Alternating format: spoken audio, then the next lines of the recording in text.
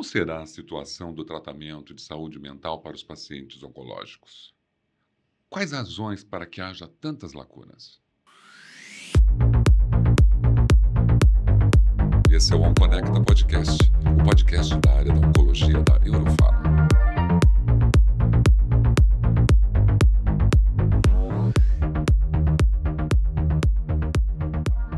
Doutora Juliana, que situação hoje os tratamentos de saúde mental dos pacientes oncológicos? Quais as razões para que tantas lacunas existem que nós estávamos falando? Rômulo, infelizmente a gente sabe que ainda existe um grande intervalo aí entre a demanda e a assistência que é dada, né, aos pacientes.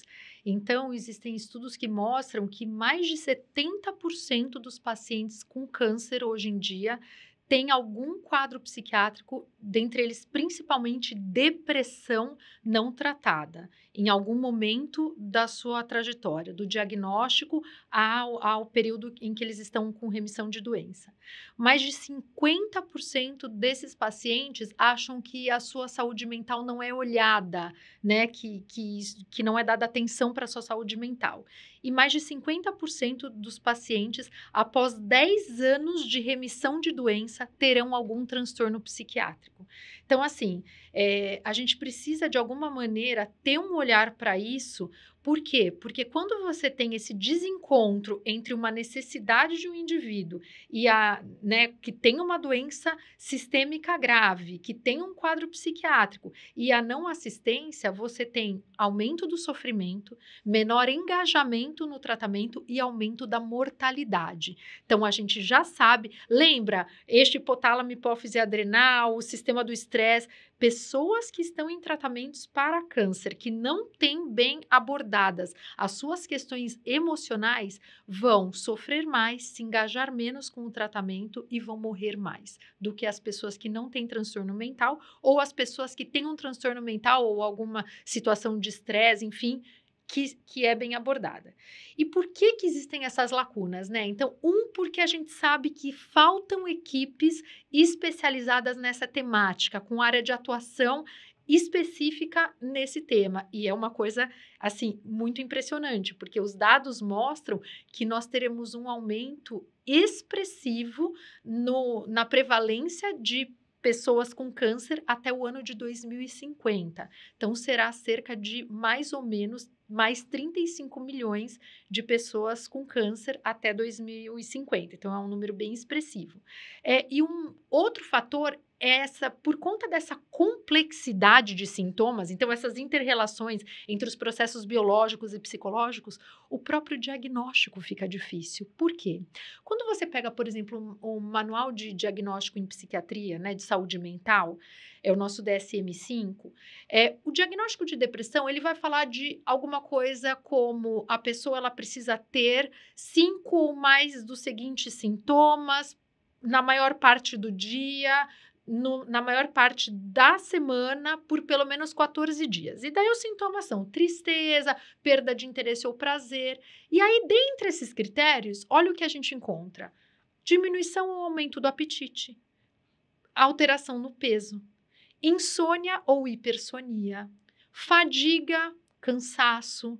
Então, assim, você percebe que são sintomas que dão muita dúvida. Bom, a pessoa está insone por quê? Porque ela está com depressão ou porque ela tomou corticoide? A pessoa está com fadiga por quê? Porque ela está com uma doença hematológica e está super anêmica e fraca, ou porque ela está deprimida? Então, ela está agitada, agitação ou retardo psicomotor, porque ela tomou um Plasil na veia, porque ela estava com muita náusea e deu uma sensação de inquietação, que a gente chama de acatesia, ou porque realmente ela tem uma depressão com sintomas de agitação, que também existe, né? Então, isso gera muita confusão. E existe até na literatura um termo que se chama sickness behavior, que significa o quê? O quanto que os sintomas associados à inflamação, por exemplo, anorexia, fadiga, hipersonia, se confundem com os sintomas da depressão. E existem alguns artigos que nos trazem um termo para um tipo. Será que não existe um tipo de depressão específico em pacientes? E a gente pode extrapolar. A gente está falando de pacientes com câncer, mas poderia ser pacientes com insuficiência cardíaca, pacientes com doenças autoimunes, com esclerose múltipla. Será que não existe um tipo de depressão específico para esses pacientes? Como se fosse assim, uma depressão associada a citocinas inflamatórias? Então, existe toda essa especulação na literatura. E se existe isso na literatura, a gente entende por que na prática as coisas são tão difíceis e tão complexas, né? Então, faltam equipes especializadas e o doente que está à nossa frente é de tamanha complexidade que muitas vezes é preciso realmente muito estudo e muita experiência prática para você ser mais assertivo nas suas hipóteses diagnósticas, nas suas condutas. Lembrando que são pacientes, em geral, com uma doença grave, polimedicados, então um diagnóstico não adequado, introduzir uma medicação quando na verdade a indicação era tirar a medicação. De repente a pessoa está agitada, não é para eu pôr algo a mais, é para eu entender que na prescrição dela tem uma medicação que está dando inquietação. Então, entende o nível de sutileza? Por que tanto essa falta de interesse de profissionais para psico-oncologia? Eu não sei se é uma falta de Tem- interesse, eu Ou de acho que oportunidades? talvez de oportunidade de serviços de especialização, né? De serviços de residência, né? Porque, assim, a gente tem uma demanda enorme de residência até multiprofissional, eu quero dizer, né? Porque é isso, eu acho que tem poucos lugares que oferecem, por exemplo, para a equipe multi, terapeuta ocupacional, fisioterapeuta, psicólogos, dentistas, especializações nesse público, né? A gente tem muitas residências médicas, isso a gente tem. Agora, e para este outro público? Porque, de fato, a gente acabou de falar da integração dos diversos olhares, do nível de complexidade. É isso, Será que é a me parece. complexidade da questão oncológica que inibe profissionais da psiquiatria de se direcionar para esse segmento? Ou não? Então, Isso não pode. eu acho que essa pergunta pode ser sim e não. Por quê? Porque também tem pessoas, e não é que não gostam, para você trabalhar com esse público, não é uma questão de gostar ou não. Você tem que entender se você tem condições. E realmente, trabalhar com uma doença ou com doenças que têm a morte, né, de uma maneira tão intrinsecamente associada, você trabalha com a angústia do paciente e dos familiares, você está diante do luto sistematicamente na sua vida. Então, assim, existem realmente, não é todo mundo que gostaria, que tem, né, habilidade, né, que encara de uma maneira saudável. E é o que a gente fala, assim, em primeiro lugar, eu estava até dando uma aula sábado para um grupo de pessoas de equipe multiprofissional, da equipe multi, e eles falaram, bom, como é que tá o seu autocuidado? Porque também tem isso, né? Às vezes não é só uma questão da pessoa querer ter habilidade, às vezes a pessoa não tá bem. Então, assim, aí a pessoa começa a ficar inibida de lidar com certas situações que antecipadamente a gente já sabe que são complexas, vão demandar muito da nossa parte emocional. Existe uma projeção, né? Quando a pessoa está nas fases, né? Recebe um diagnóstico, existem momentos em que ela tem raiva e ela projeta isso na equipe, Claro. né? Então, assim, existe essa questão, O fator certamente. estressor também chega no profissional de uma forma muito rápida, Sem né? dúvida alguma. Então você pensa, né? Por que eu vou me envolver com uma área tão estressante, né? Então eu posso. Algumas pessoas devem optar, tem que estar bem preparado para isso. Sem Você dúvida. falou de diagnóstico, da dificuldade de diagnóstico. Aí eu fiz preparei uma pergunta aqui. Você imagina que esse acesso de tratamento para os transtornos, né, desses pacientes, como que fica essa questão da prevenção do suicídio? Porque hoje isso está muito atual, né? Nós estamos vendo um problema de ansiedade, de depressão muito alto. Como que fica isso? Esse tema está relevante, que está todo mundo falando aí de depressão. A questão da prevenção, ela envolve várias frentes, né? Então, assim, primeiro é você conseguir fazer um bom diagnóstico, e nesse caso, a gente até orienta que a pessoa faça, existem alguns questionários básicos para você entender, será que é possível que o paciente que esteja na minha frente não esteja somente com uma tristeza, esteja assim com depressão? Existe um questionário que são duas perguntas. Você está deprimido? Ou você perdeu o interesse ou prazer? Então, primeiro, como é que você previne? Bom, você previne entendendo o que está acontecendo com a pessoa que está ali. Porque, assim, prevenir é prevenir desfechos negativos também. Uma outra questão, quando a gente fala em psiquiatria, o suicídio é o desfecho mais grave que a gente tem dentro dos transtornos psiquiátricos, né? E muitas vezes o paciente que tem ideação suicida, ele não é visto. Por quê? Porque ele tem um pouco ou muita vergonha, ainda é um tabu na nossa sociedade. Então, o paciente com câncer e depressão, muitas vezes ele perdeu o propósito, ele está desmoralizado. A gente já falou o quanto que a doença física e os tratamentos e os próprios transtornos psiquiátricos podem levar a pessoa a ter um risco de suicídio.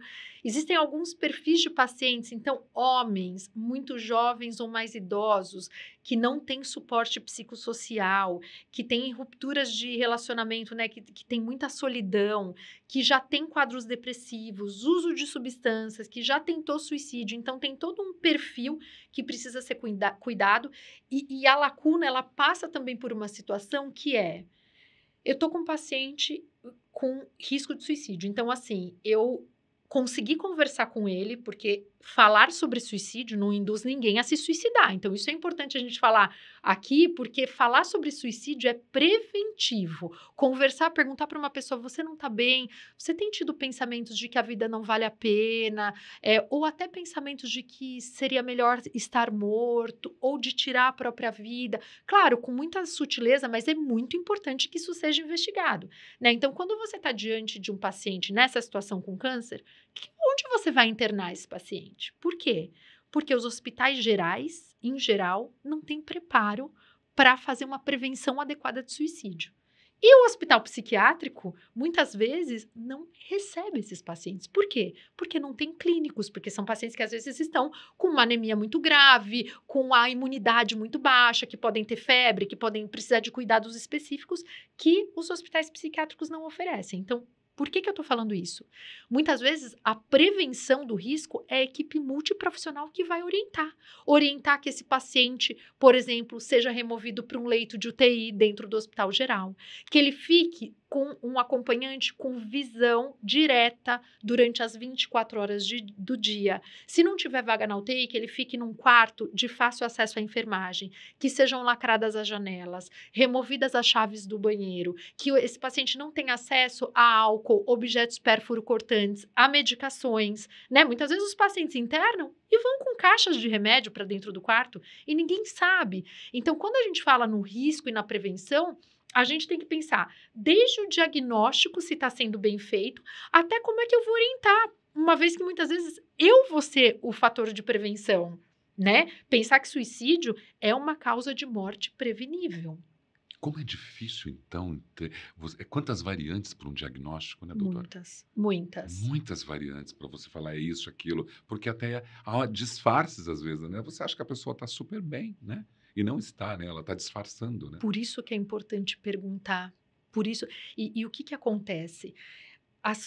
Muitas vezes eu ouvi tantas vezes dos pacientes, eu não quero gerar preocupação para minha família, eu não quero que eles fiquem tristes. Então, assim, é muito comum, né, a pessoa ela ter medo que o outro fique triste, medo que o outro adoeça.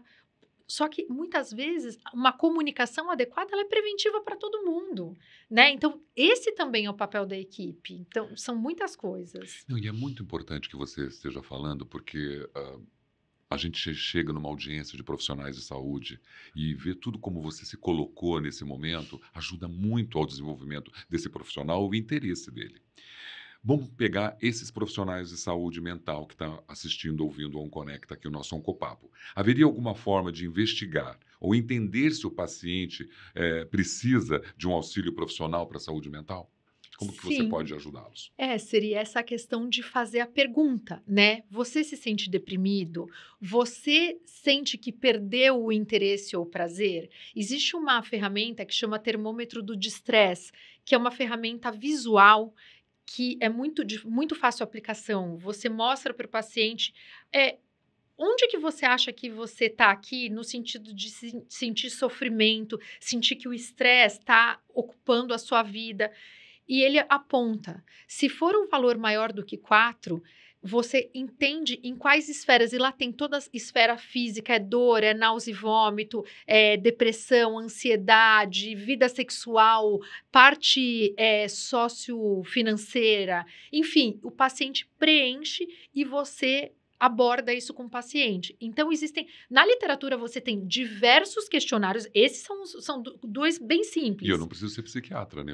Não Eu precisa preciso ser, estar você na precisa frente de uma pessoa que me apresenta esses sintomas. isso, e disponível. Então, existem questionários vários, mas assim, você não precisa de um questionário extremamente complexo para você entender se o seu paciente se sente deprimido ou não, se ele está se sentindo num estresse que a gente chama do distresse, em quais esferas da vida, e se ele tem algum risco, né? Se ele tá, e aí, se ele tá com algum pensamento de morte, de suicídio, e aí você também pode observar, bom, ele tá muito agitado, ele dorme o dia inteiro, ele, sei lá, mudou o padrão de comportamento.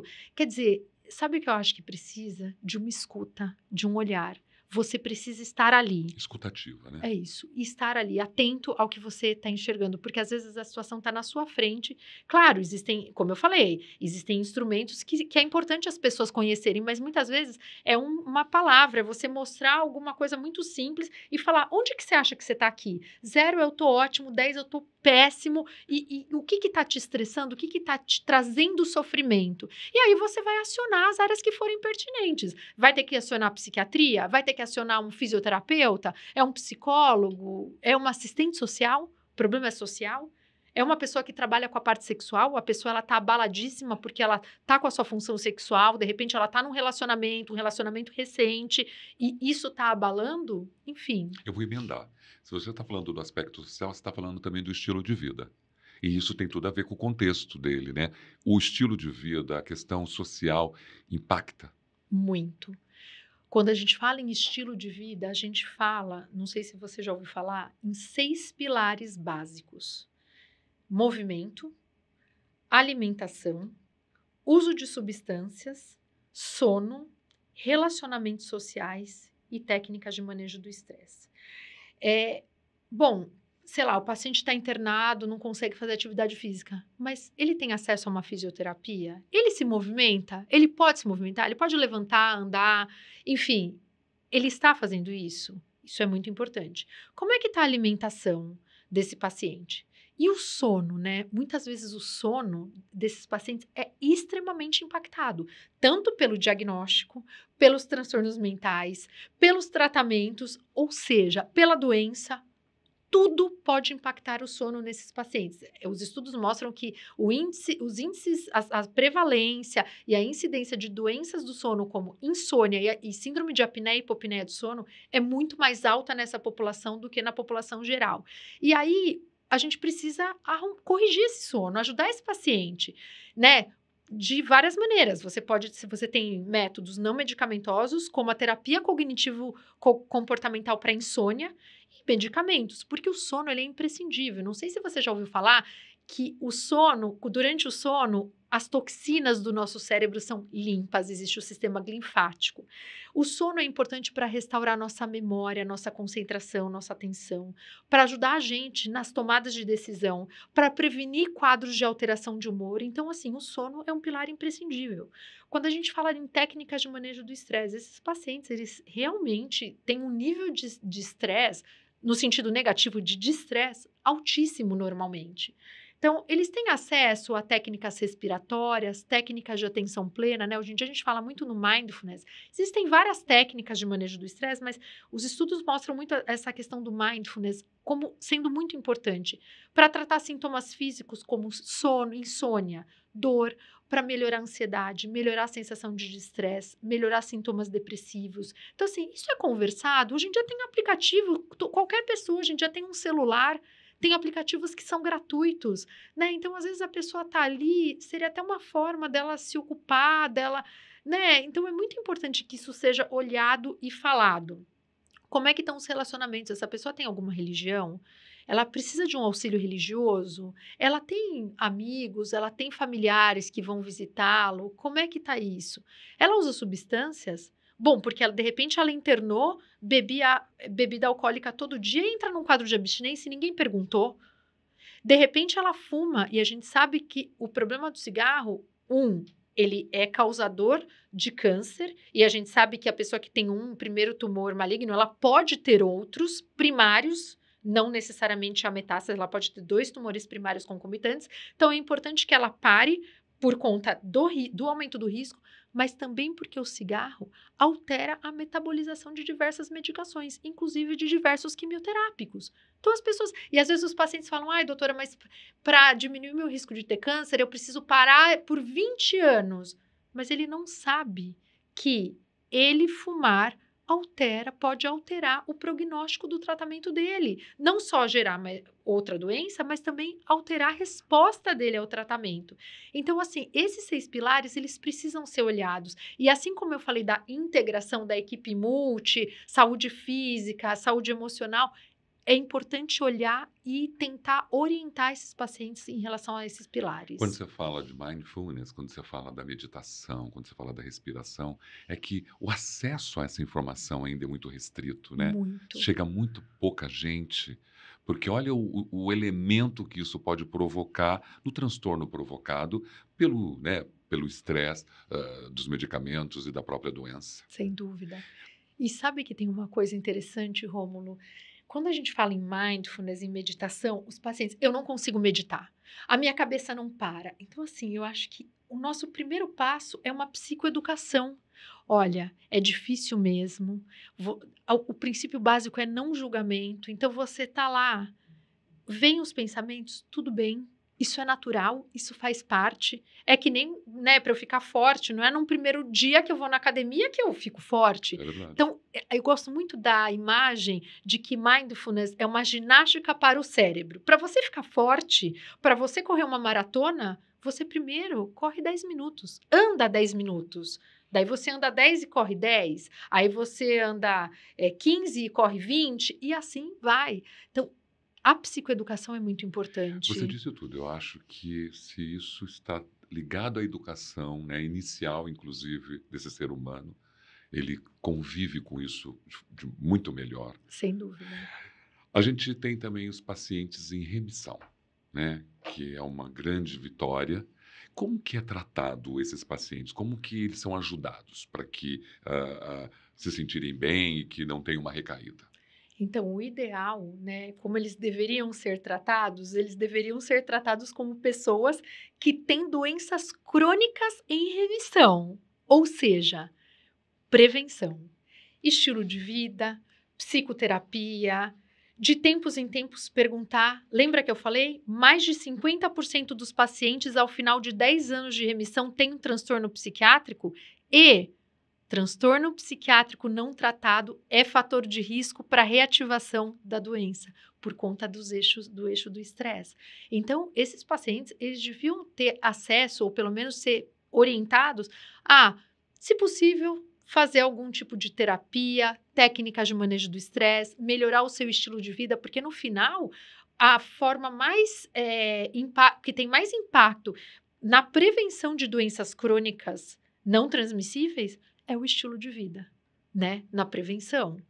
E a gente precisa divulgar isso para os nossos pacientes. E depois você convencê-lo de que o estresse psicológico pode reativar, não deve ser uma tarefa fácil. Não, Como não é. que eu estou num processo? Será que um transtorno psicológico vai reativar algo que eu estou? Acho que é totalmente possível, né? Só que eu não sei de que forma que ele se convence ele, né? É através, novamente, da Da psicoeducação. psicoeducação. Psicoeducação é a base para tudo, né? E quando você fala na questão de mudança de hábito, tudo, qual que é a ferramenta, a melhor ferramenta que você tem? É a conversa, é a entrevista. Tem até uma técnica que é a entrevista motivacional. Então, é isso. Você precisa conversar, você precisa dar dados. E a gente também, como profissional de saúde, tem que saber lidar com as resistências dos nossos pacientes. Porque não é fácil mudar hábito. Não é fácil. Muitas vezes eles estão pré-contemplativos. Eu não posso desistir do meu paciente porque ele está num estágio ainda que não é o estágio de ação. E isso eu acho que também é importante, né? Porque acho que também muitas vezes falta ao profissional um tempo dedicado a falar de prevenção. Fica muito assim, você fez seus exames, deixa eu ver aqui e ok. Não. A gente também precisa falar de prevenção e entender que muitas vezes o paciente que está resistente ou pré-contemplativo, a depender da minha postura em cada encontro com esse paciente, ele vai evoluir nos seus estágios de motivação ou não. Porque quando dá foco só na doença, está indo muito para o aspecto negativo do processo do tratamento, né? Quando fala da prevenção, está se falando de um aspecto positivo. Sem dúvida. E isso traz uma energia positiva. Claro. Riqueza de detalhes nós tivemos hoje nesse Oncopapo. Foi muito bom. Queria que você fechasse, amarrasse, já que os profissionais estão todos aqui ligadinhos te ouvindo, que mensagens você pode deixar para fechar esse nosso momento? Eu acho que a mensagem mais importante que eu tenho para transmitir aos profissionais é: tenham empatia, né? Então, assim, saibam estar de fato ao lado da pessoa, ouvir o que ela tem a dizer, porque eu acho que a gente vive numa sociedade hoje de muito pouca escuta. As pessoas não têm tempo, não têm paciência, e a gente também tem que entender que os profissionais de saúde são pessoas que têm problemas, que têm questões, mas assim, quando a gente está naquele momento, aquele encontro é único. E eu sempre penso numa coisa, né? Somos todos humanos, temos nosso estresse, tem dia que a gente está cansado, mas assim, aquela pessoa, muitas vezes, ela esperou meses para estar diante de mim em 40 minutos. 50 minutos, 30 minutos, enfim, dependendo do cenário. É muito importante, porque às vezes uma fala que essa pessoa me traz muda todo o curso de prognóstico dela. Às vezes é um detalhe que eu preciso saber para encaminhar para um profissional específico, para ajudar a manejar um sintoma, um fator que está causando um estresse enorme na vida dela. E estudar, né? A gente nunca para de estudar. São áreas que têm evoluído muito, o tempo todo a gente precisando se atualizar e também não precisamos saber tudo, né? Pode ser que tenha alguma coisa que eu não saiba e tudo bem, eu vou atrás da informação, mas é importante a gente ter empatia, compaixão e curiosidade. Acho que é isso. Excelente. Quando você fala de estudar, eu vejo, né, seu currículo, até você nem apresentou todo ele como deveria, mas você tem razão, porque só de olhar pela sua trajetória e pelo seu currículo, a gente vê a necessidade de você não para. Você continua estudando, você continua se aprimorando. Acho que essa é a necessidade. É isso. Esse foi o Oncopapo com a doutora Juliana Plens, especialista em psico-oncologia. Acompanhe a gente nas principais plataformas digitais. Até mais. Esse é o OnConecta Podcast, o podcast da área da oncologia da Eurofala.